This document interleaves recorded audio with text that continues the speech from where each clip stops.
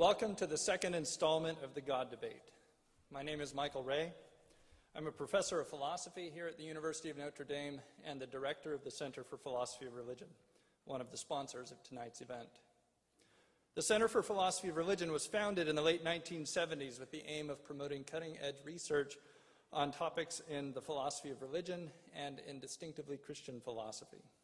One of our goals in sponsoring the God Debate series is to try to bring some of the very issues discussed among our research fellows to a wider, non-academic audience and in a format that will hopefully be fun and engaging. Our show tonight, as you already know, is a debate between William Lane Craig and Sam Harris, coming together for the very first time to discuss the question, are the foundations of moral values natural or supernatural? William Lane Craig is research professor of philosophy at Talbot School of Theology in La Mirada, California. He is best known among philosophers for his extensive and influential work in the philosophy of time and the philosophy of religion. He is known to the wider public as someone who is able to articulate and defend the doctrines of the Christian faith in a way that is highly accessible, but also philosophically and theologically rigorous. He became a Christian at the age of 16, pursued undergraduate studies at Wheaton College, and holds 2 earned doctorates, one in philosophy from the University of Birmingham and one in theology from the University of Munich. He has authored or edited over 30 books, as well as over 100 articles in professional journals of philosophy and theology. Known as one of the 4 horsemen of the new atheist movement, Sam Harris is the author of the New York Times bestsellers The Moral Landscape, The End of Faith, and Letter to a Christian Nation. The End of Faith won the 2005 PEN Award for Nonfiction. Mr. Harris's writing has been published in over 15 languages. He and his work have been discussed in Newsweek, Time, the New York Times, Scientific American, Nature, Rolling Stone, and many other journals.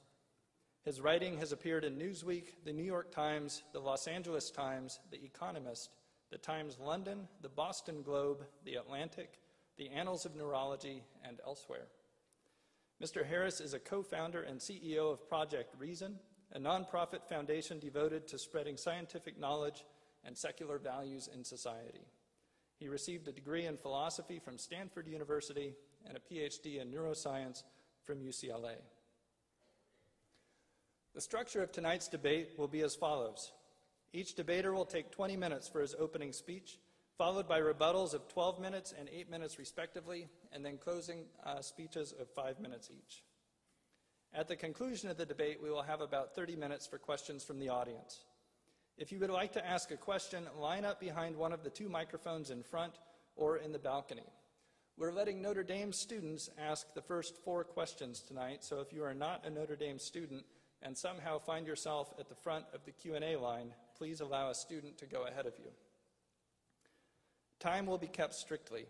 There is a timekeeper in the front who can be seen by both speakers, and once each speaker's time has elapsed, he will be given at most 15 seconds to finish his final sentence before being rudely interrupted by me, the time enforcer. Because we are keeping the time strict, we ask you to hold all applause and other indications of agreement or disagreement, cheering, crowd surfing, and the like, until the very end of the debate. Please remember that flash photography, videotaping, and active cell phones are all prohibited. Finally, remember that Notre Dame is the world's #1 institution in the philosophy of religion and also has one of the world's best theology departments. Any questions you don't get to ask during the 25 or 30-minute Q&A, you can ask of your local faculty in the days and weeks to come. And now on with the show.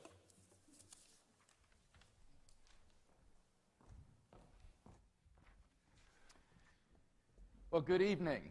It's wonderful to be here at the University of Notre Dame, and I want to begin by Sorry. We're going to begin each speech with me checking with the timekeeper to make sure that he's ready, and then the timekeeper is going to hit go, and then you get to go. All right. So you go when I say begin. Sorry for jumping the gun. Professor Craig gets the first word in the debate. Dr. Harris gets the last word. Timekeeper, are you ready? This is 20 minutes. Begin. I want to begin by thanking the Center for Philosophy of Religion for the invitation to participate in tonight's debate. The question of the correct foundation of morality is one that is not only of tremendous academic interest, but also one that has enormous practical application for our lives. Now, to begin with an important point of agreement, Dr. Harris and I agree that there are objective moral values and duties. To say that moral values and duties are objective is to say that they are valid and binding independent of human opinion. For example, to say that the Holocaust was objectively evil is to say that it was evil even though the Nazis who carried it out thought that it was good. And it would still have been evil even if the Nazis had won World War II and succeeded in brainwashing or exterminating everyone who disagreed with them so that everybody thought the Holocaust was good. One of the great merits of Dr. Harris's recent book, The Moral Landscape, is his bold affirmation of the objectivity of moral values and duties. He inveighs against what he calls the overeducated, atheistic, moral nihilists and relativists who refuse to condemn as objectively wrong terrible atrocities like the genital mutilation of little girls. He rightly declares, if only one person in the world held down a terrified, struggling, screaming little girl, cut off her genitals with a septic blade and sewed her back up, the only question would be how severely that person should be punished. What is not in question is that such a person has done something horribly, objectively wrong. The question before us this evening, then, is what is the best foundation for the existence of objective moral values and duties? What grounds them?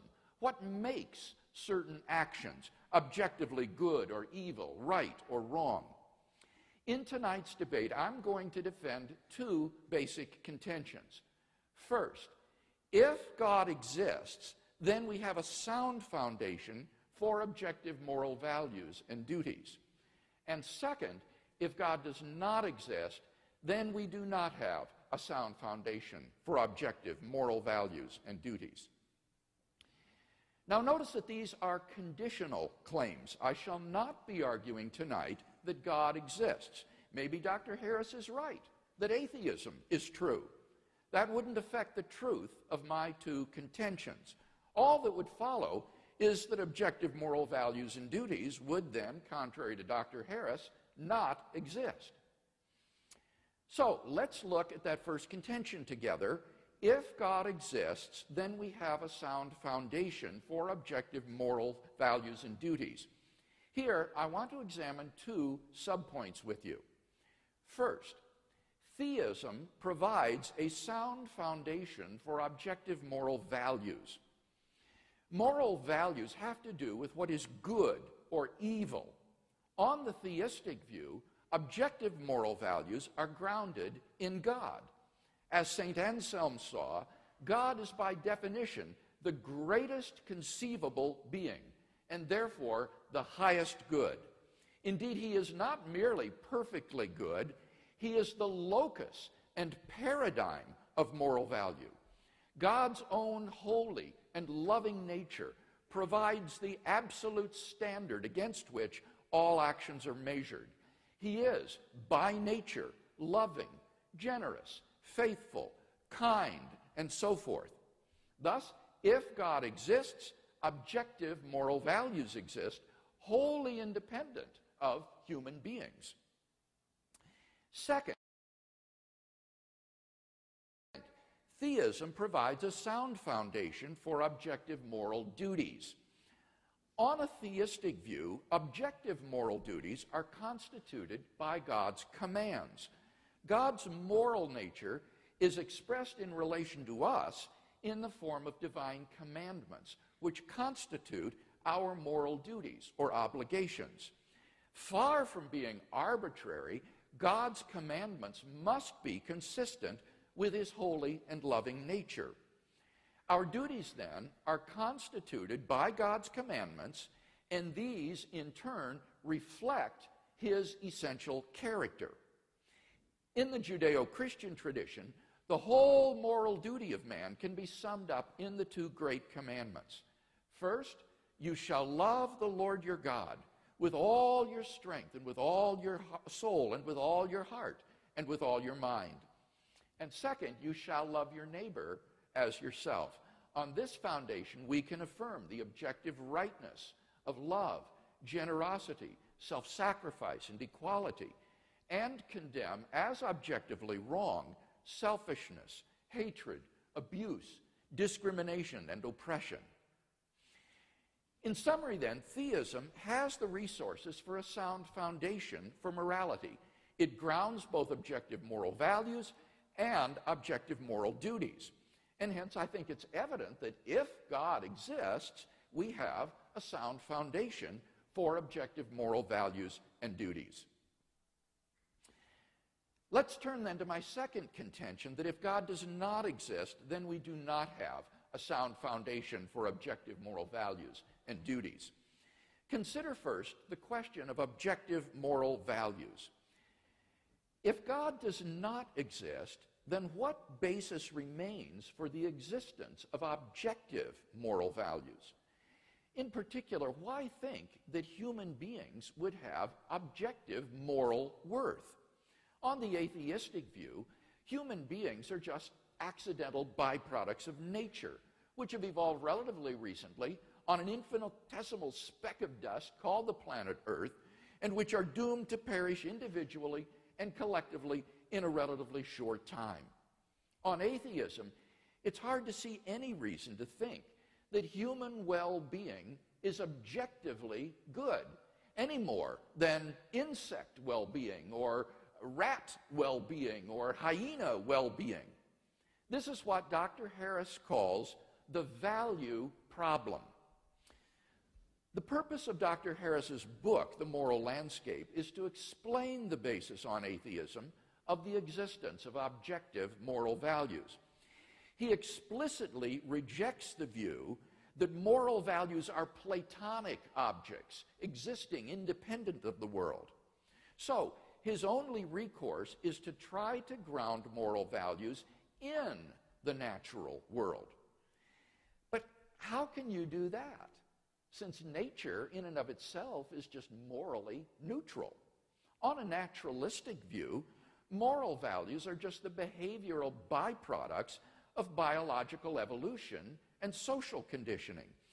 Just as a troop of baboons exhibit cooperative and even self-sacrificial behavior because natural selection has determined it to be advantageous in the struggle for survival, so their primate cousins, Homo sapiens, have evolved a sort of herd morality for precisely the same reasons. As a result of sociobiological pressures, there has evolved among Homo sapiens a sort of herd morality which functions well in the perpetuation of our species. But on the atheistic view, there doesn't seem to be anything that makes this morality objectively binding and true. The philosopher of science, Michael Roos, reports, the position of the modern evolutionist is that humans have an awareness of morality because such an awareness is of biological worth. Morality is a biological adaptation, no less than our hands and feet and teeth. Considered as a rationally justifiable set of claims about an objective something, ethics is illusory. I appreciate that when somebody says, love thy neighbor as thyself, they think they are referring above and beyond themselves. Nevertheless, such reference is truly without foundation. Morality is just an aid to survival and reproduction, and any deeper meaning is illusory. If we were to rewind the film of human evolution and start anew, people with a very different set of moral values might well have evolved. As Darwin himself wrote in The Descent of Man, if men were reared under precisely the same conditions as hive bees, there can hardly be a doubt that our unmarried females would, like the worker bees, think it a sacred duty to kill their brothers, and mothers would strive to kill their fertile daughters, and no one would think of interfering. For us, to think that human beings are special.